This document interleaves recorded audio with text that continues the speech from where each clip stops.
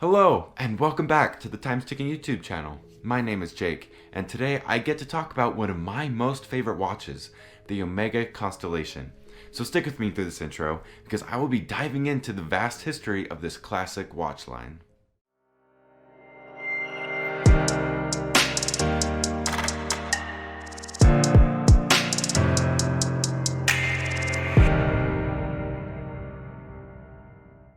To start us off today, I have to say Omega is an integral piece of Swiss watchmaking history.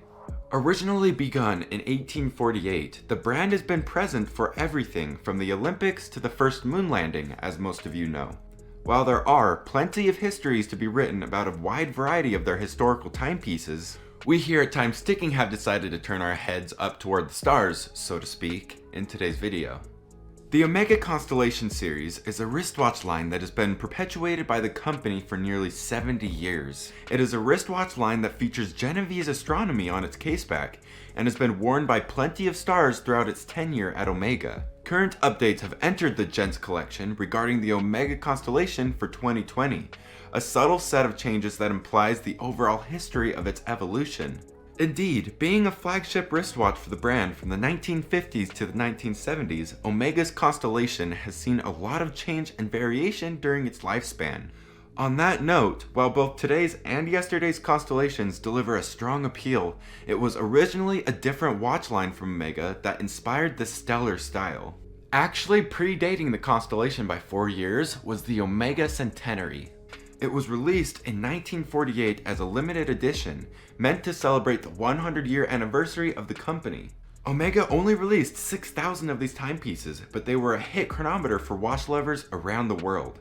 They were also Omega's first automatically wound chronometer, a big step for Omega. The engineering work on the Centenary was well received critically, and it looked absolutely stunning.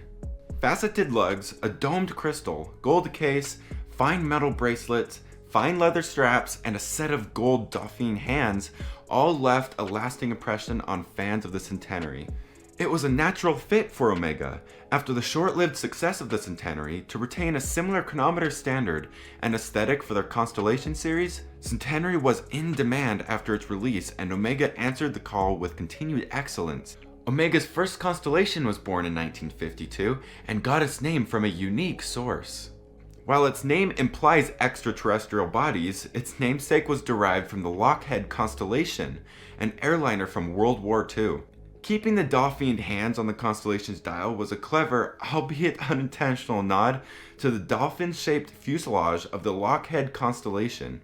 Retaining an aviation allure, the automatic chronometer aspect of the Omega Constellation would come to be coveted by flight-affiliated watch wearers from all over. In that vein, after its initial release, the Constellation would take to land, sky, and sea quite well for its wares, as a performance watch. On a further naming note, its 1952 release was debuted in America as the Globemaster. That name was eventually switched to Constellation on the US market in 1956. Another key aspect in naming the Constellation, of course, is the Geneva Observatory, stamped onto the back of each piece, a tradition that continues to this day. The observatory's presence on the back of the 1952 Constellations was meant to imply the scientific accuracy of their caliber 35X bumper-driven movements. Beyond accuracy, each Constellation went through rigorous physical testing against the elements before being released to the public. Before counterweights were a part of Omega's automatic chronometers, bumper movements were a forward-thinking milestone for the brand. Alongside this reality, the cases housing them allowed for a performance wear that was wonderfully versatile. Come 1955, the caliber 35X movements were replaced by the caliber 50X bumper movement.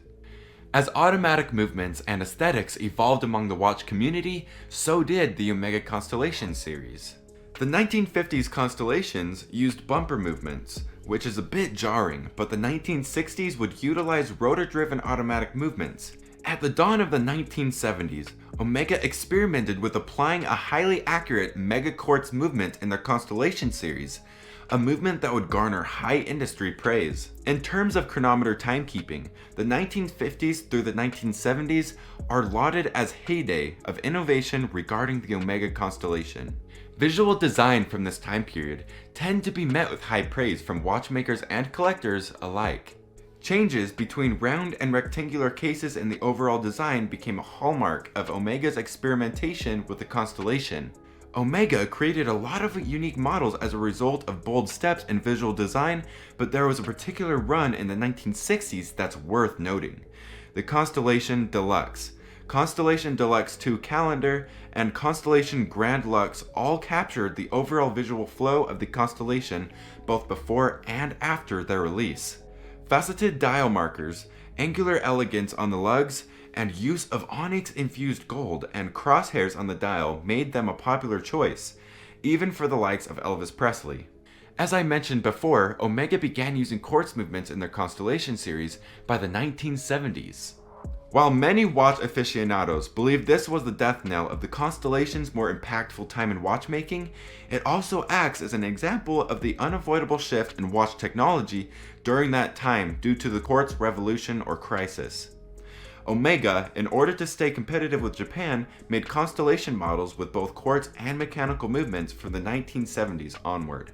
Transitioning from the 70s into the 80s, Omega released their Manhattan Constellation series in 1982. From 1982 to the present day, Omega still uses the Manhattan style to inform the design of the Constellation series. While design variations and updates continue to evolve, mostly in the movements, the Constellation has remained largely the same for 40 years. This has led to some ho-hum feelings toward the once flagship model of Omegas among watch enthusiasts. Today's Omega is currently owned by the greater Swatch Watch Group. Under this umbrella, Omega's Constellation series has still not seen any radical changes. However, the name Globemaster has been reintroduced recently to the Constellation universe, denoting an interest in the Omega Constellation's past from both Omega and its parent company. Perhaps we'll see a renaissance in the upcoming decade regarding this wristwatch classic. And until then, we'll have to continue to enjoy constellations both old and new, looking toward a future that's perhaps written in the stars. I hope you enjoyed the video today. If you did, make sure to give it a like, and if you'd like to see more content from us, you can subscribe right here. And as always, if you need any help repairing your watch, the link to our website is right here. Thanks again for watching, and I'll see you next time.